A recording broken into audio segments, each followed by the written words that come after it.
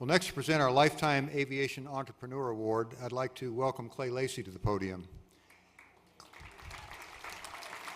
We all would like to welcome Clay Lacy to the podium. Clay has more flying time than any other pilot on the planet. He has 2 successful FBOs located in Van Nuys, California and Seattle. He has an aerial film production company, and he has hundreds of movie film credits. He has over 50,000 hours of flying time.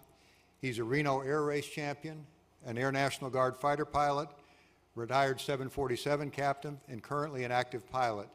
In my estimation, he is the ultimate role model for a career pilot. Clay Lacy.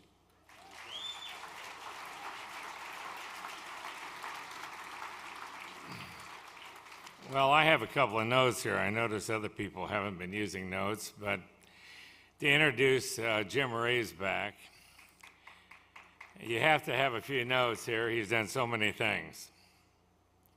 If you're in aviation and you read any aviation publication, you know about Jim and all the different STCs and modifications he has. Jim was a U.S. Air Force crew member, I believe on a B-36. Before he went to the University of Purdue, or Purdue University, and was an engineering graduate. After graduating from engineering at Purdue, he went with the Boeing Airplane Company in Seattle, and soon he was a flight test engineer on the Dash 80, which was the first airliner, 707, that Boeing continued to use for many years in test programs. It seemed like a good part of Jim's life when he was trying to slow airplanes down. That's a little bit unusual, but it really worked. He was on a program with the 707 or the Dash 80, where I believe they got it down around 70 miles an hour. I believe they were, it was boundary layer control, and they blew air out over the wings. And soon he decided to get into general aviation, and he became president of Robertson Aircraft Company, which is another company that improved the low-speed characteristics of airplanes, short takeoffs and landings, and STOL capabilities. After leaving Robertson, he became an engineer at American Jet when Al Paulson was trying to build the Hustler, the single-engine turboprop airplane called the Hustler. After that, he joined with D. Howard in San Antonio to work on the Learjet, and they developed the Mark II modification for the Lear, which slowed it down about 15 knots on landing, really made a docile airplane out of it.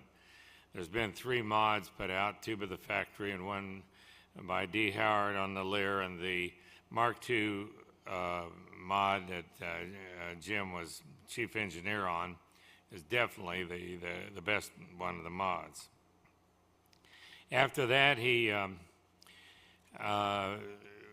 developed what became the Sabre 65, developed a new wing for the Sabre liner, and increased the range at the same time to 2,600 nautical miles from about 1,800 before. Then he went on to King Airs.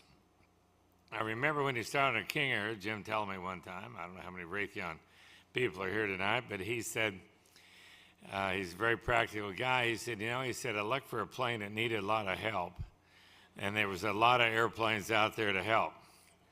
And boy, he sure hit the mark with the King Air. I don't even know how many STCs he has on King Airs. I think it's in the neighborhood of 50 STCs. Then along the line, he's always looking at a practical market. Something is needed. He developed a Stage 3 hush kit for 727s. It did pretty well. He sold the American Airlines fleet of 727s. the kit, and he sold Clay Lacy Aviation's fleet of one airplane, the kit. And then he went back into Learjets and developed the baggage locker for the Lear. Then onto the ZR Light mod, which now he's kind of reversed course here a little bit. It is primarily a high-speed mod that improves the range of the airplane considerably and the fuel burn at high speed. In the last several years, Jim and his lovely wife, Sherry, have been great supporters of the Seattle Opera and Ballet. And Jim's a guy with a constant flow of ideas. He's a very deserving person for this award. Jim?